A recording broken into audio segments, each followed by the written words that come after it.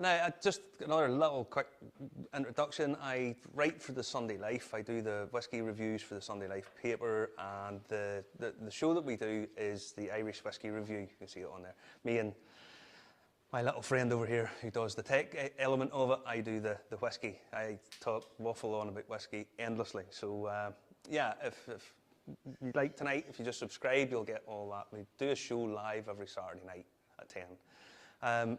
You're going to be getting 8 different whiskies tonight, and there's a theme, because when Alistair asked me to do this, I kind of got a bit, deer in the headlights. A lot of very, very well-educated wine guys are going to start asking me lots of very technical questions about whiskey in relation to it. So I thought to myself, right, I need to get a theme. So I come up with this water, wood, and wine, mainly because, why the theme? Well, for alliteration mainly, it was mainly just for the title. And I worked off the premise that if I get a title, I can fill everything in after that. But the reason I picked that, it's because whiskey's a very, very complicated spirit. Much, much more so than the likes of gin and even the likes of cognacs and stuff.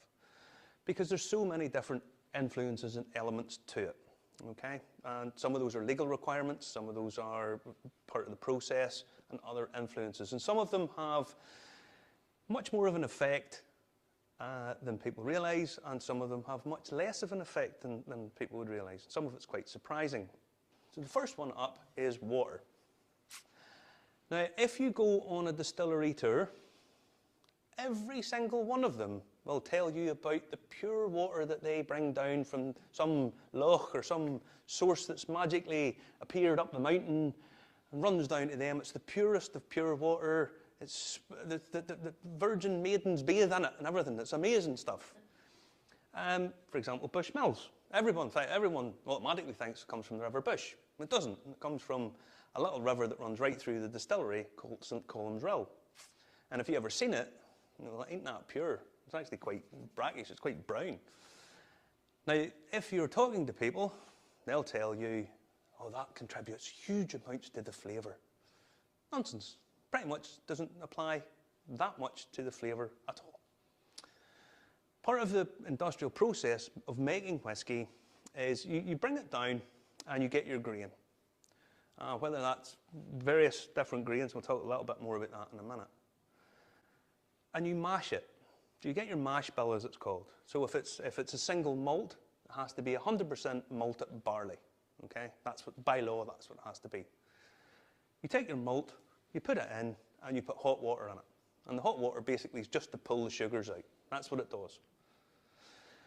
You then take it, put it into your mash tun, and you're pulling out your sugars, and then you put it into what's called washback, and you add in your yeast.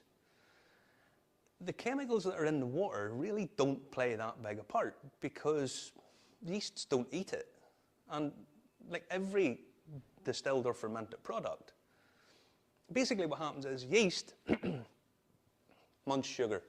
You'll know all this. And basically what they do is, not to sugarcoat this, what they do is they fart out carbon dioxide and pee out alcohol. That's what they do. And it's basically a defensive thing. It's basically the same reason we use hand sanitizer. That's what yeast does, okay? So the water doesn't actually play that big a part. The only reason that they say that it's pure is because when they actually go through the distillation process and boil it, well, they don't want lime scale inside the still. So it's not really all that important. The stuff that then gets taken away from the distillation process, they leave the water behind. That's kind of what they try and do. Well, alcohol, when you distill it, alcohol is a very weird substance. It actually pulls some water with it. It just pulls it across. And that's why it's really, really, really hard to make pure alcohol. I mean, it's really, really difficult. So it's called the VLE equation. But they pull this across. So the water in the manufacturing really doesn't make that big an influence on the overall taste. Okay? The guides at these distilleries will tell you that it's hugely important, but it's not. This is actually when the water does start to impact the flavour. And it's actually after the distillation. You've boiled up your still, your wort, this sort of 8% roughly beer that you've made, very simple beer, and you've boiled it up. These are what's called worm tubes. Now, worm tubes basically just coiled copper and it gets submerged in cold water, and that's to condense the liquid back down. In the olden days, everyone would have used these, okay? These days, a lot of people use what's called shell and tube condensers. They're much more efficient. And what happens is, this adds to the copper contact. Now, the more your spirit is exposed to copper, the more it refines the spirit. And what can happen with the likes of this, if you run it through a worm tub, it gives it much more of a earthy, vegetative, slightly meaty note and a heavier body. Shell and tube condensers, there's more copper contact and it cools quicker. So what happens is it becomes lighter, more fruity, estery, which is sort of apple-y pear notes. So this is actually where water starts to play a huge part. Now, the likes of Killowen Distillery down in County Down, they use worm tubs. They're much less efficient, and one of the problems with them is if they spring a leak, it's very hard to know because the alcohol will start to come out and leak into the water, and it's hard to know. And then if it does spring a leak, it's very hard to fix. Okay, so the trade-off is you get more flavour versus the engineering aspects of it. But that's really where water starts to make its first effect on the spirit you get. Okay. After you've distilled your spirit, got your spirit out, it goes into a cask. Now it goes into a cask, and the industry standard in Scotland is 63.5% alcohol. 63.5 is where they think that the spirit really has the best interaction with the wood. Okay, we'll talk a little bit more about wood in a wee second. But it has to be cut down, so the water goes into it there to pull it down. Now, at 63.5, this interplay between the spirit and the wood, and that's where lots and lots of flavour takes place. If it's grain whisky, grain is done in your column still. Now, what I mean, the difference is you have your little pot still, the one that they all want to show you because it's quite sexy looking wee thing, the wee line arm and stuff. The grain still is just a big tube of copper with lots of plates in it, and each one of those plates is a distillation. Your wort goes in, gets blasted with steam, out the top comes your spirit. Much higher ABV, far higher in alcohol. It can be done on a 24/7 continuous distillation, but there's not as much flavour. And you're not really looking flavour out of it. It's basically just to get you cheap alcohol. That's what they do. And they blend it then with your more flavoursome malt and then cask it. The malt will go in at 63.5. Grain whisky, they can put in at a higher ABV because they're not really necessarily looking for flavour out of it. So if they can go into casks, they're not really looking flavour. It's only really for the blending process. There are some differences. For example, this one. This is going to be our first whisky tonight. This is Short Cross. And this comes from the good people down at the Radamon estate, or Radamon is how it's now pronounced. And they cask at 67%. And one of the reasons they do that is David reckons that actually works better for their spirit. Okay? But, and I had to do the maths on this before we came, if you cask at 63.5%, in your 200 litre cask, you have 127 litres of alcohol. Okay? You cask at 67%, and you have 134 litres. So basically, after every 19 casks, if you hit the higher ABV, you save a cask. And a cask could set you back £150 each. So if you're distilling lots of stuff, if you don't think there's much benefit to having it at the lower ABV, you're saving money. Okay? This first whisky is malt and rye. Now, a whisky is a cereal distilled from cereal. So it can be from barley, wheat, rye, oats. sorghum, any of those basically can make you a whiskey, okay? Rye whiskey's much more popular in Canada, would be probably best known for rye whiskey. But Ireland used to make an awful lot more of what they call pot still whiskies, okay? Where you had malt, unmalted barley, and then another cereal, okay? Now this is what it says on the bottle. Created with a unique mash bill of 100% Irish malted rye and malted barley, double distilled in copper pot stills, including one of the smallest stills in Ireland. These are the two that make it, David and Fiona. This is bottled. Now, by law, whiskey has to be bottled at 40% alcohol, okay? And this is bottled at 46% ABV, okay? Now, it is, I'll just get this correct. It is aged in virgin Chinkapin oak and ex-bourbon barrels. It's probably around 40% rye. If you're not sure, Chinkapin oak is native to Central and North America and is very similar to white oak. But you'll tend to find it has a bit more buttery, toffee notes to it. The rye tends to have a little bit more spice to it than barley. You'll find sort of peppery notes. Some would even go with even fresh pepper, but it's more sort of black peppery notes. That's what I find quite a lot with it. So, if normally at 46%, there's a process in distillation known as chill filtration. They basically blast it, freeze it to take out impurities. And what that'll do is it breaks down a lot of the sort of long chain fatty acids. If you've ever heard the term Scotch mist,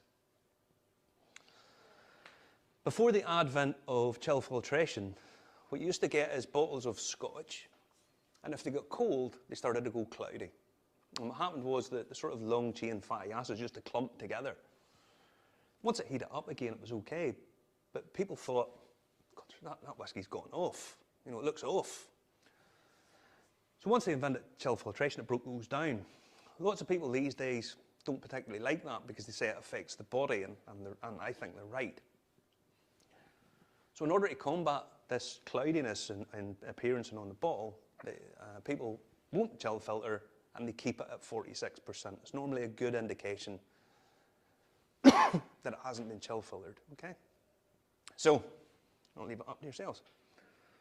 Best way to do this, probably have a little nose, a little quick tasting, then put some water in it and let it mellow down. 46 for some of these can be quite high, okay?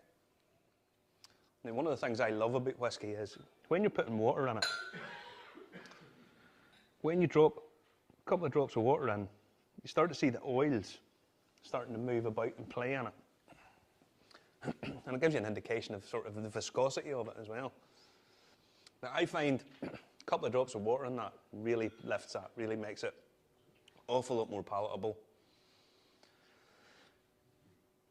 I think the rye in it gives it a little bit too much spice and it unbalances it, but the water in it for me really pulls it down, really helps it out an awful lot.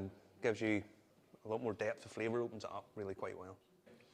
Quite creamy, but I think on the finish, there tends to be little bits of spice come in it, and a little bit of cinnamon comes in there, and a fair bit of aniseed comes in.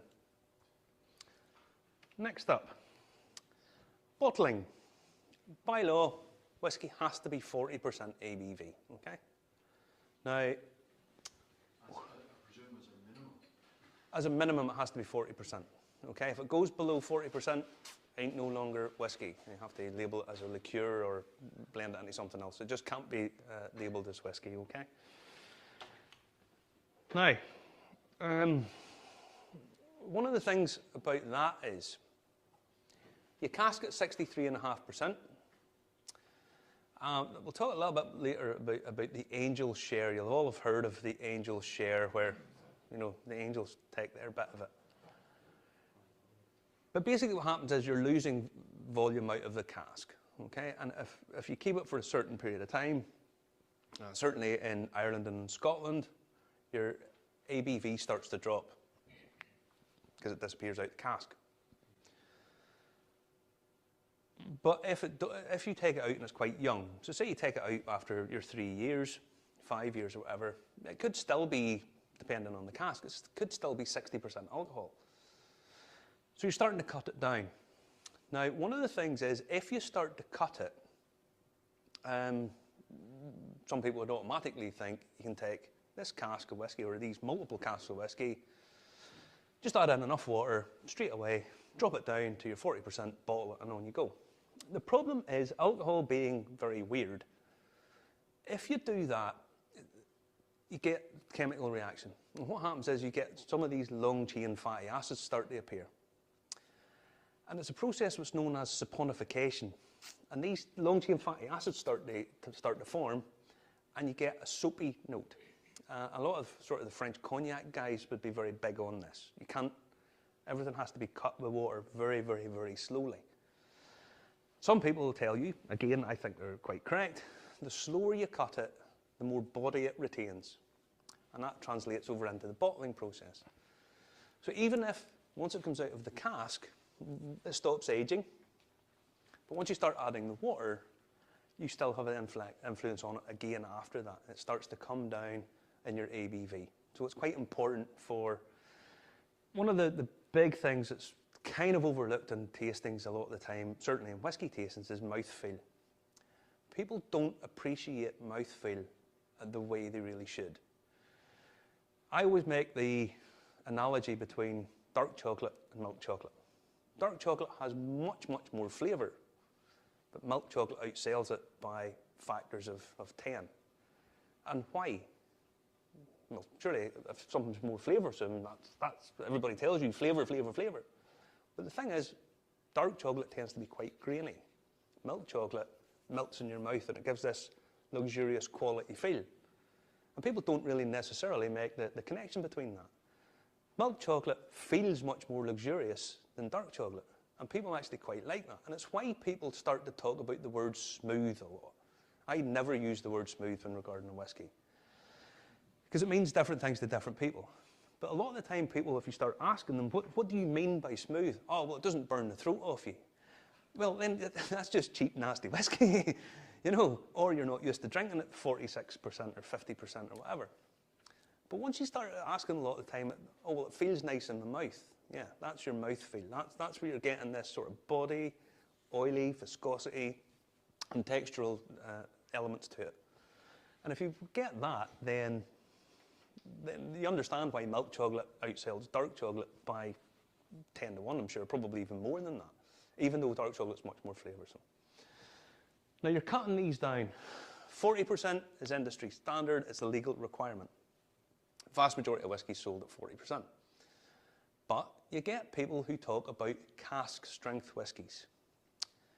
And what they mean is, there's no legal definition for it, but what they mean a lot of the time is anything above 40%. Now, you could take a whiskey out at 60%, water it down to 46%, and still legally call it cask strength. Some people, what they do is, they just take the whiskey straight out the cask, straight in a bottle. Because there's no upper limit. There's a lower limit, there's not an upper limit.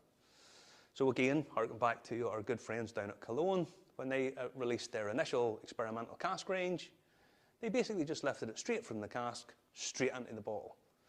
So much so, there was actually little bits of char floating about in the bottle. They didn't even filter it in any way, shape or form. It was like one of those snow globes, you know.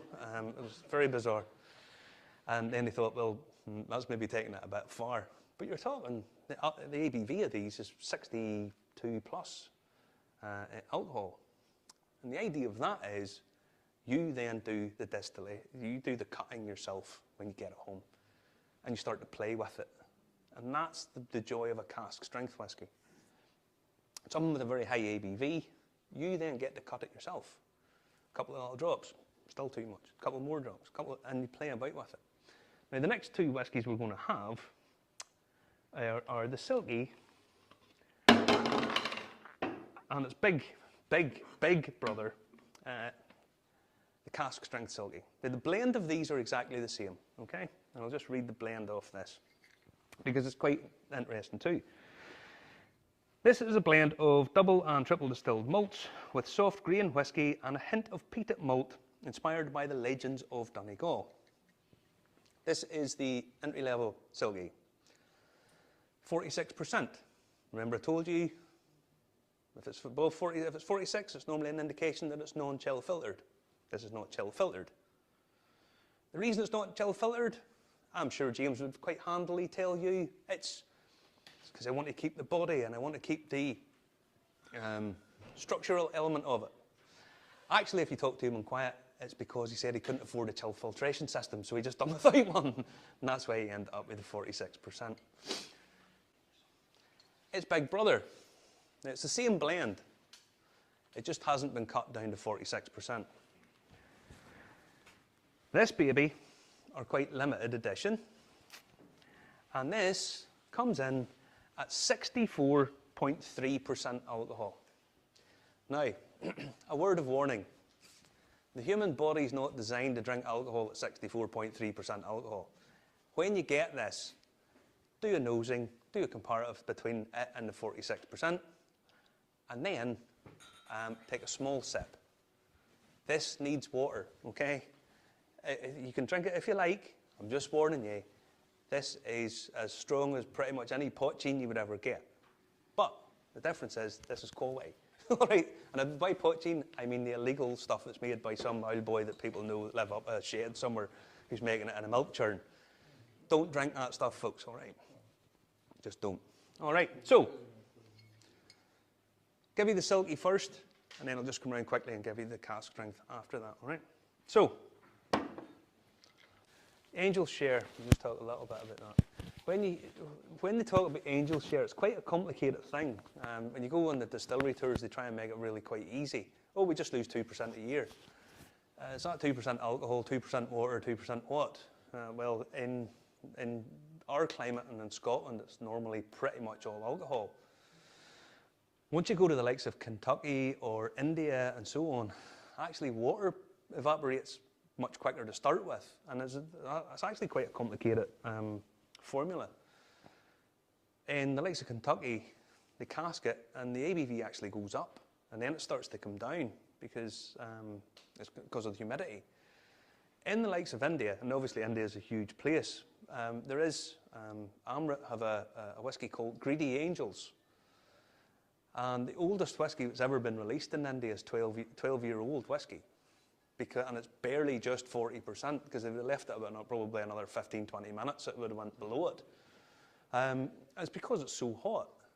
Now, this interplay between the wood and the spirit, basically it's coming in and out. We'll talk a bit more about that in the wood in a wee minute. So if it's hotter, it's doing more. And it's why if you get an American whiskey, and it'll say on it quite proudly, it'll proclaim aged for 6 months.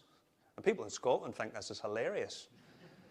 But the thing is, you think about what it's doing. You go to somewhere like, I was in El Paso there last year. Really, really hot during the day, but really cold at night. So the spirit's actually doing this an awful lot more than it would be in Scotland. Now you're losing a lot to evaporation, but it's actually interplaying an awful lot more with the wood. Now in America, if a whiskey's less than 2 years old, it has to have an age statement. Someone mentioned age statements about what ages are these whiskies. None of these have age statements. And there's a reason for that. I didn't want to pick age statements because I think there's far too much emphasis on it. The only one that really gives you a lot of information on it's the Causeway Collection one. I'll tell you about that whenever we get there. Age statements in Ireland, as soon as you see an age statement, pretty much these days you know it comes from 3 distilleries. Middleton, Bush, Mills or Cooley, because it's the only 3 that have any age to them. Lots of people buy it, bottle it as their own, but it comes from, it's sourced. So a lot of these are sourced as well, okay? Age statements, people get very hung up on it, and it doesn't necessarily, Scotland, a lot of people in Scotland will tell you the best whiskey you can possibly drink is a single malt aged for about 12 to 15 years. I would argue there's lots of 12 to 15-year-old Scotches out there that aren't that great. Some of them are fantastic, some of them aren't great. So if this isn't great, this is pretty poor and this one's very good and that one there's average and so on. What really is the age statement telling you? It's not telling, if the casks ain't up to much, it doesn't really matter how long it goes in it. Now, so if you nose, do with the first or the second one first, and then do the first one second, and then you can start interplaying with the water on the second one and see what difference it makes. This is James and Moira, by the way. Distillery, the Slieve League distillery is actually in Ardra. It was supposed to be at Slieve League, and then they ran into some legal challenges from guys at landowners, moved down there.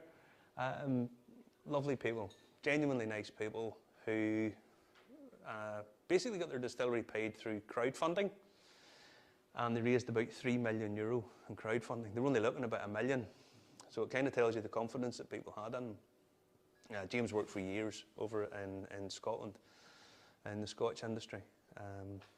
Make a lovely seaweedy gin as well, Andoma, and that's Moira does that.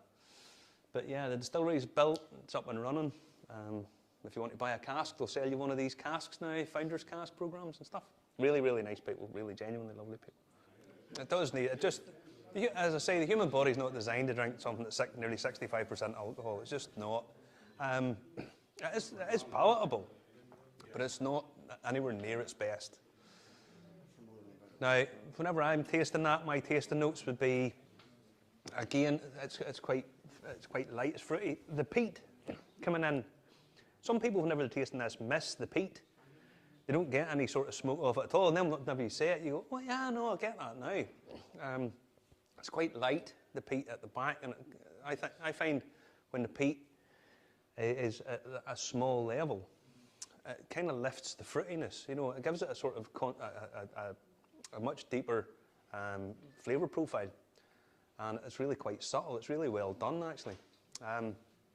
My tasting notes for it are, it's ginger, sort of bread. There's that sort of bready element to it. And First or second? well, the first, they're both the same blend. That's kind of the interesting thing of it.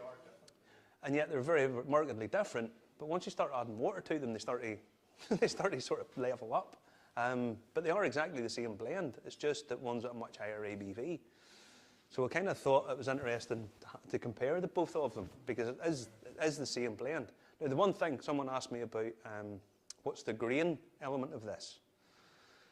Well, if the standard casting for malt is 63.5, and this is at almost 65, and the grain whiskey's normally cast at about 67%, I'll tell you the grain element of it's quite high. But I think you'll find it has quite a lot of flavour. It's very well blended, and it's very, very reasonably priced. I mean, that at 46%, and bearing in mind that a 40% 700 millilitre bottle in the UK has about £11 of tax on it. You know, 46% the alcohol goes up, therefore the tax goes up. So you're probably talking about £13 in tax, and that's about £30. So I think it's a very good quality product for what you're getting. You know, very, very reasonably priced. So yeah, so that's the two silkies. Now, there's 64.3, but we're moving on to wood, the woody element. Lots of people will tell you that the wood is where the main flavour comes in from the whiskey, into whiskey. You'll hear all these figures bandied about, some say it's 80%, 70%, whatever. The wood in and of itself is probably not as big a contributing factor. It's once we get to the wine elements, it's probably a bit more. But what they discovered was most whiskey back in the day was sold as New Make spirit. This was brought out basically clear spirit and sold straight off the still.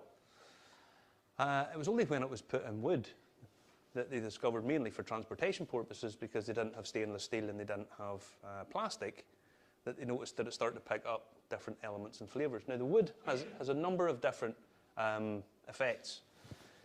Additive, it's giving you flavours. Subtractive, it's actually taking out some of the impurities. Now, I brought this, half a stave. It's actually made into a little glass holder. But What they mean a lot of time, this is bourbon cask, an ex-bourbon cask stave, because it's charred, okay? And there's lots of stories as to how this came about. People were transporting fresh fish or salted fish. They wanted to keep the cask. They charred the inside of it to get rid of it, and then found out that the whiskey penetrating into the wood, going through the char, actually had a sort of filtration effect on it. That it was actually taking out some of the sulfur elements and not some of the off notes through this. How that came about, nobody really knows, but that's the story they tell. Now, it used to be, so the subtractive's taken away, and also wood, it leads to the oxidization as well, because it is exposed to oxygen. So, it being in the cask isn't necessarily that big a deal just by the wood. Now, the different variations in wood, I have to put a real caveat on this. The wood in and of itself, a lot of the time, doesn't play that big an effect because it has had something in it previously. If it's just virgin oak, what tends to happen is it has to be in it for a very short period of time because it just becomes very, very green, very overbearing. The wood just totally kills the whiskey. So you tend not to find a huge length of time in virgin oak, okay? Normally it's something else. But we use mainly Kentucky bourbon, or bourbon casks. Traditionally, it would have been sherry. But the Coopers Union, Coopers are people who make casks, in America were very, very strong, and they argued the case that for bourbon, one of the legal requirements was you can only use a cask once. Now, there's a hell of a lot of bourbon drunk in the world. And if you can only use a cask once, what are you going to do with it? There's only so many of these that you can make, all right? Not everybody wants one of these. But you're a whiskey nerd like myself, this is a lovely thing. So what they did was they sold them to the Scotch and Irish whiskey, and they used them. So it went from primarily wine and sherry casks over to bourbon casks. And that's really where it came. So bourbon really became the thing. Now, bourbon is the American spirit, really. By law, it only has to be made in America. The mash bill has to be 51% corn. You can't add any colouring to it, etc., etc. And it has to be cask at a certain ABV. But that's bourbon, so it doesn't have to be made in Kentucky. And by the way, Jack Daniel's is not a bourbon. Lots of people say this. It's a Tennessee whiskey, which is a different type of whiskey. All right, just clear that up as well. Now, I'm really confused. Bourbon. Lots of the cheap end bourbons are quite nasty. They're not great. If, however, you spend a little bit more money, they become a lot better really quickly. And this 1792, this is a straight bourbon, which means it's basically just, there's nothing else has been done to it. That's basically what straight means. This is about 30 quid a bottle. Buy it easy enough. And the difference in this and a lot of the cheaper end bourbons is marked. It's a shame that a lot of the premium bourbons, we don't tend to get a lot of them because people try the cheaper end, think it's not great, it's a bit sweet, and they end up not bothering with the more expensive stuff. But there's lots of whiskey coming from the States as well. And what you'll find is bourbon casks are going to become much more expensive.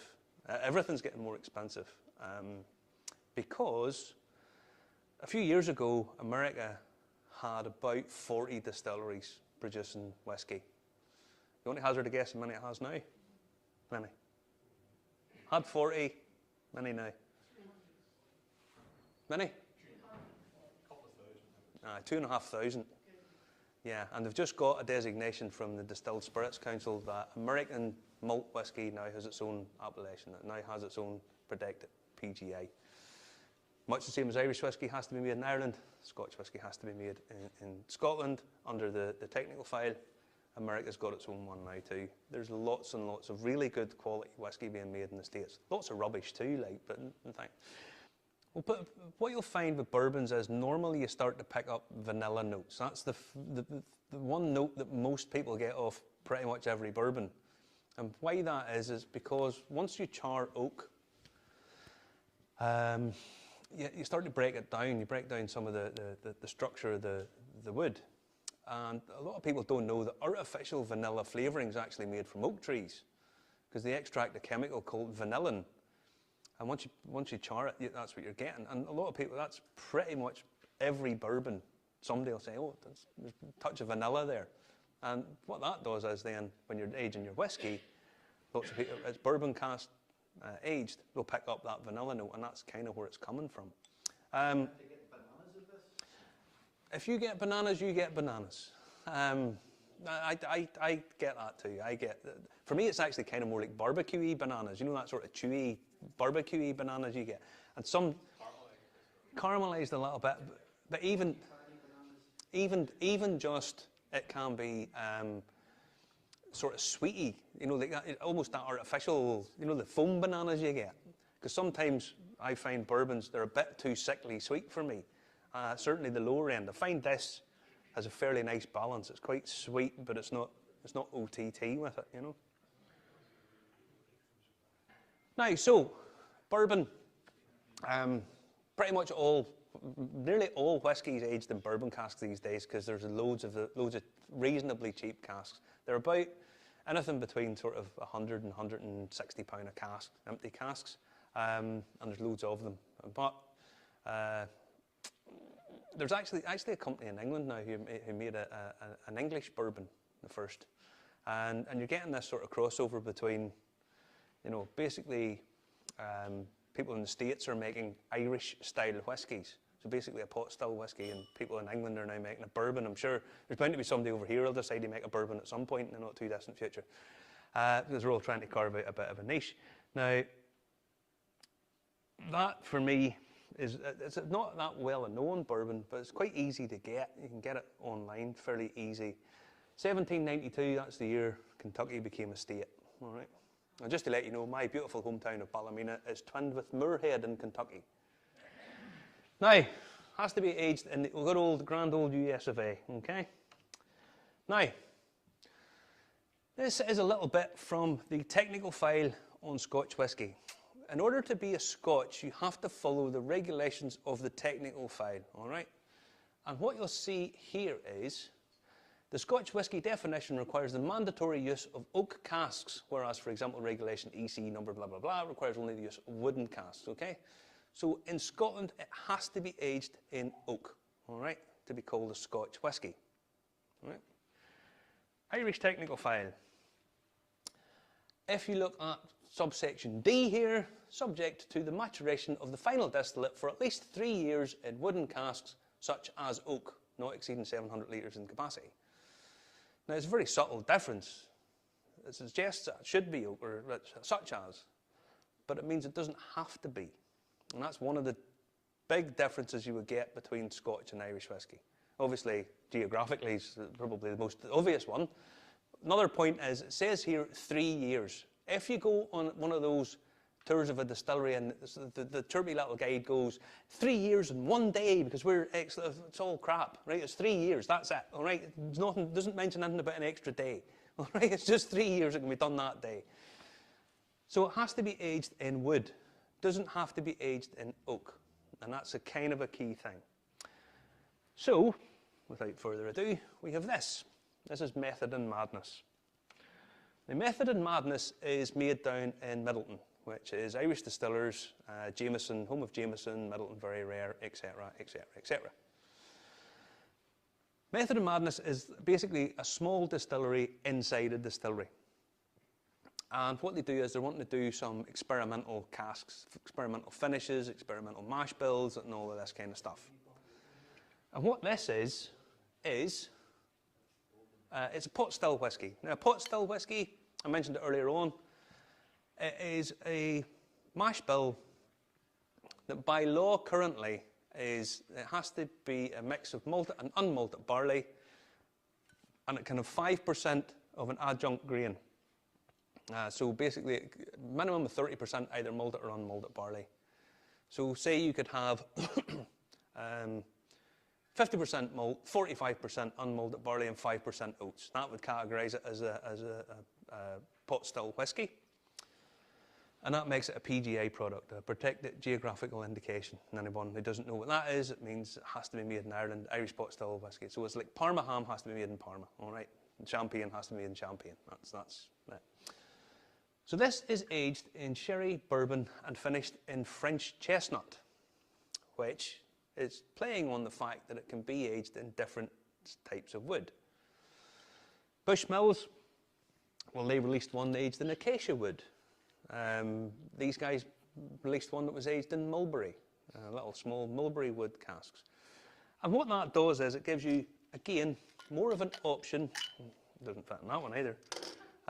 What it does is it gives you more of an option and what imparting from the wood into the spirit. So this is where you're going to start seeing a much bigger separation between Scotch and Irish. Now this is bottled at 46%, which is going to tell you what? It's non-chill filtered. There you go. If you leave here with no other knowledge, that's the one thing you can leave with tonight. So it's non-chill filtered. I know. But you see, I know. But if I go like that, you see? No, the thing is, these are just little tips you pick up of bottlings. The French chestnut does add a different dimension to it, but a lot of people wouldn't necessarily be that au fait with pot still anyway.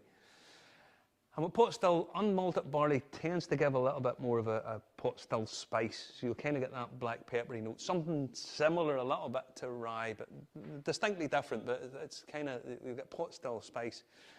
With this I tend to find it's quite Christmas cakey. There's a sort of Christmas cakey notes. There's certainly touches of cinnamon in it, citrus certainly, and then there's an element of chocolate in it as well. Now if you go to Middleton, Middleton's enormous. I mean, there's Jameson, and then there's the rest of the Irish whiskey world. Okay, Jameson as a brand outsells all the rest of them put together essentially. It does. But inside the distillery, they have another mini distillery, and that's where they tell you that's where it's made anyway. Yeah, so it's nice. It's different. It's certainly different, and that's kind of where their USP is.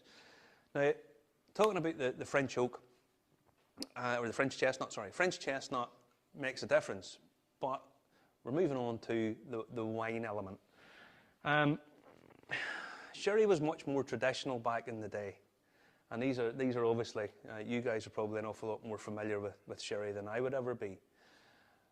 But all of these are used these days to age whiskies, to greater or lesser degrees of success at times, to be quite honest with you. Sherry was traditionally the wood of choice because it was much more abundant. And what used to happen was the sherry producers don't really want oak influence into their spirit or into their produce. That's not really what they're aiming for. And all it was whiskey or the sherry was transported about in barrels. Once the sherry was bottled over here, the barrels sat empty. Guys filled it with whiskey and thought, this tastes pretty good. This is a good thing. Spanish law changed, and it meant the transportation bottles, they couldn't bring them over. Plus, bottling had to take place in Spain, so the casks couldn't come over here. Also, people don't drink a huge amount of sherry anymore. It's not a sort of sexy drink anymore. It's sort of seen as, I think Coronation Street probably killed it as well. People went into the Rover's Return, and it was all the old dears that was, oh, can I get a wee sweet sherry? And that was it. Everybody else was drinking pints. And nobody really drinks sherry these days. So one of the things that they used to do in Scotland was they actually used to use a substance called Paxaret, which was Paxaret. It was basically like a really sort of sweet sherry substitute, a thick sort of viscous liquid. And they used to try and put it into casks and rotate them and stuff to try and coat it, and it didn't really work. Now, some people tell you that it's banned in Scotland. It's not actually. They just don't use it because it didn't really work. So how do you get sherry casks finished for whiskey, which is on the up, but sherry drinking's on the down? Well, basically what some of the bodegas do is they actually make just sherry casks. One of the things that they do is they actually basically just season the cask with sherry. Just put it in a little bit until they can get the wood soaks in a little bit of the sherry, and then they can take it away and use it. The sherry, sometimes they don't even put that much sherry in it, they just put it on rollers. Sometimes they put it in and actually put it under pressure to force it into the wood.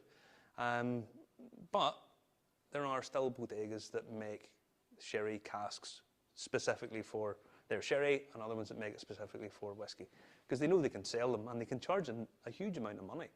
Good sherry casks will set a distillery back maybe £1,000 plus. Your bourbon casks are 150. Sherry casks, much bigger volume.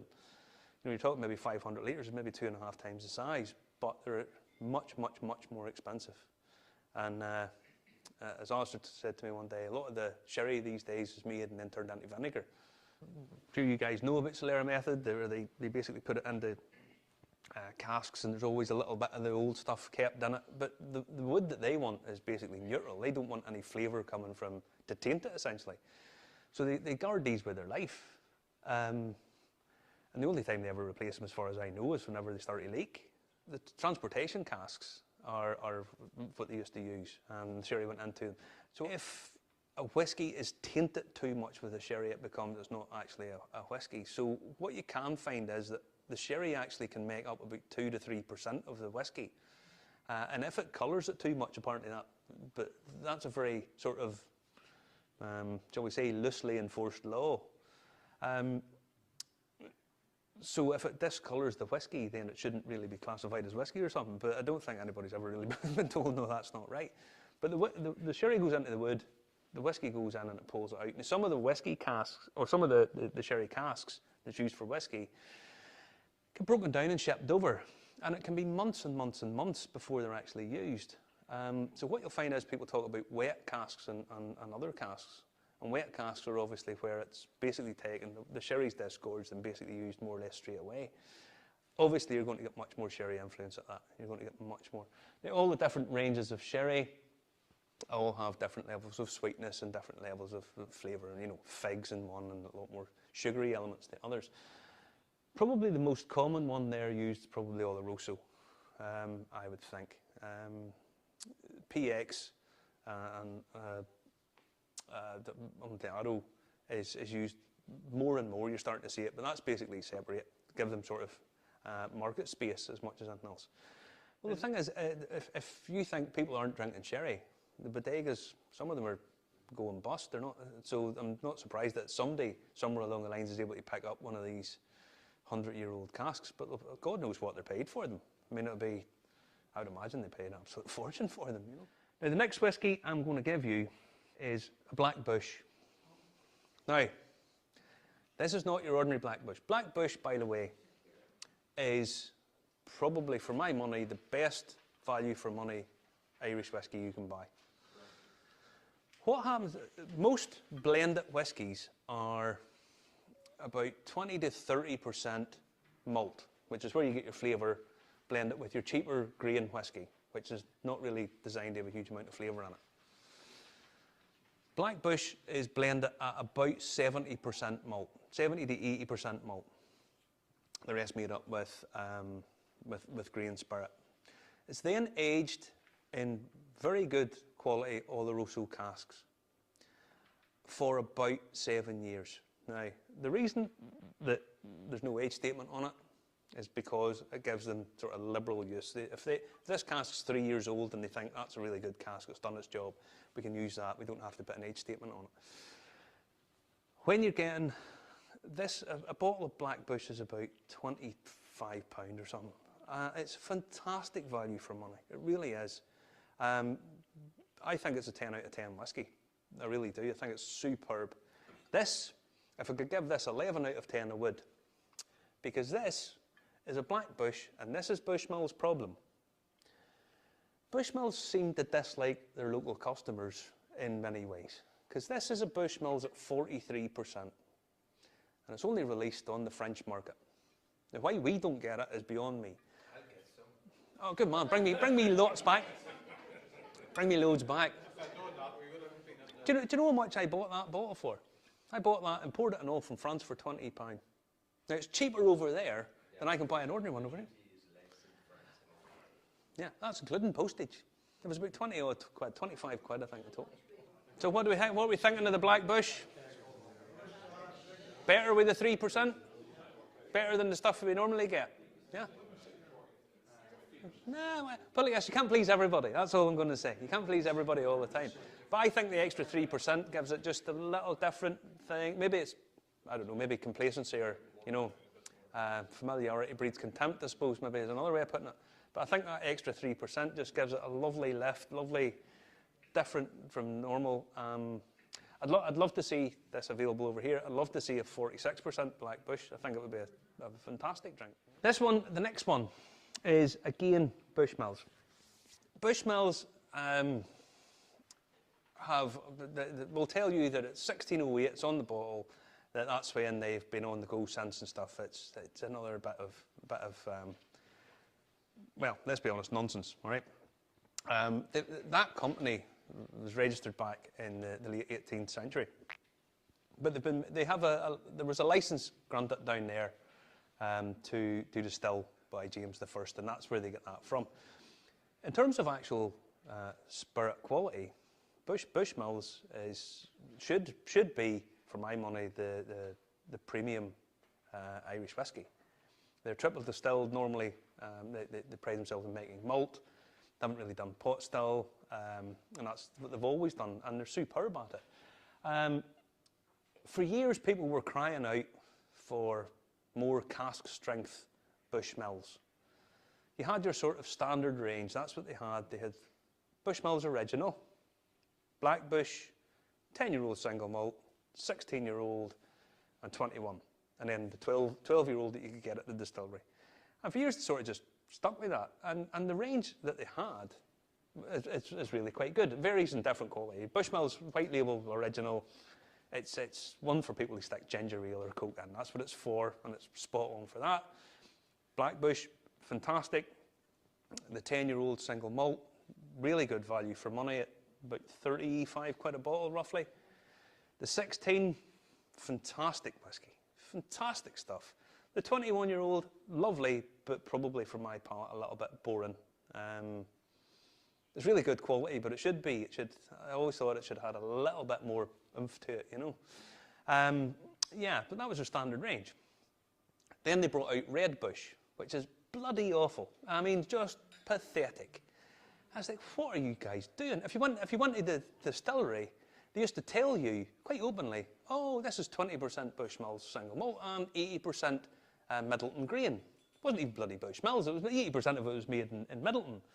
They used to tell you this quite openly. So people went on to that. Then they brought out the acacia wood, which is available at the distillery. They made about 10,000 bottles of it. Still, I think as far as I know, it's still available down there.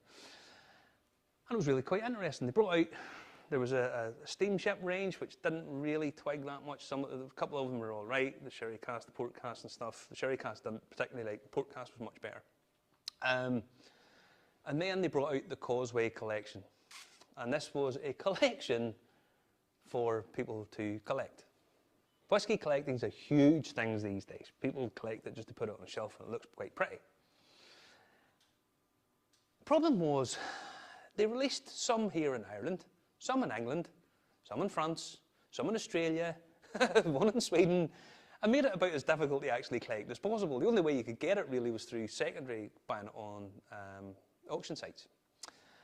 And they brought out a number of different unique cask finishes, and one of them they brought out was this. And the reason I picked this was because you guys will know about Sauterne wine.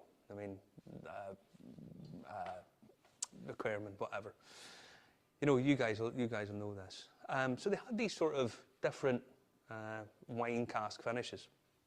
Now this is there has no age statement. This was another thing. Some of the casks had age statements on them. Some of them had no age statements.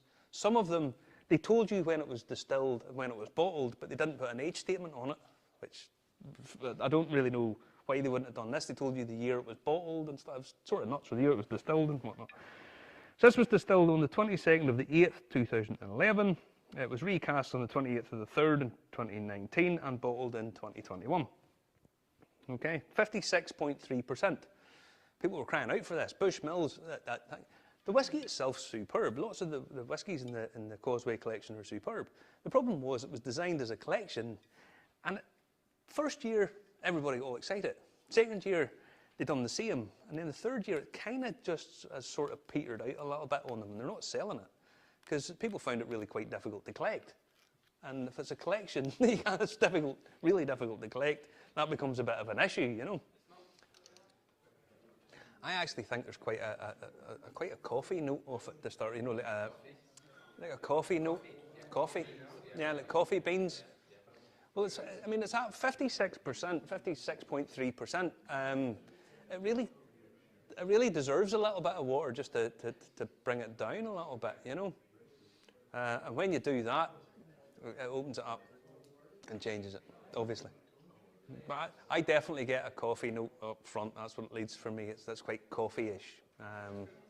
That's good. Yeah, that's good. It's nice. Finally, the reason I've left this one to the last, it's not that I reckon this is the best of the whole lot. I'm not saying, for some it probably will be. The reason I've left it to the end, this is the Liberator. And this is from Wayward Irish Spirits. And the reason it's called the Liberator is because the man who produces it is a man called Maurice O'Connell, or Sir Maurice O'Connell, because he's a baronet. Not Daniel O'Donnell. No, not Daniel O'Donnell. I wouldn't be drinking anything Daniel O'Donnell produces, I can tell you that now. Anyway, he's the great-great-grandnephew of the Liberator himself, Daniel O'Donnell.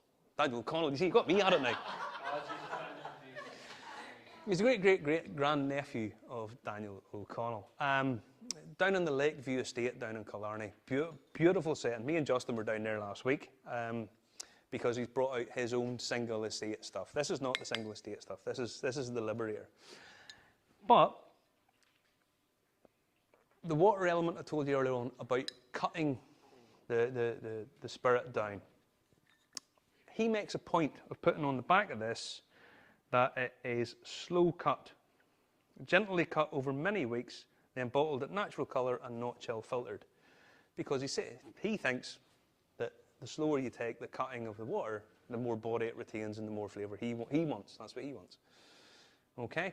In terms of wood, it's aged in tawny port casks. Now, one of the reasons is his wife has some connection, I'm not 100% sure what, with Portugal.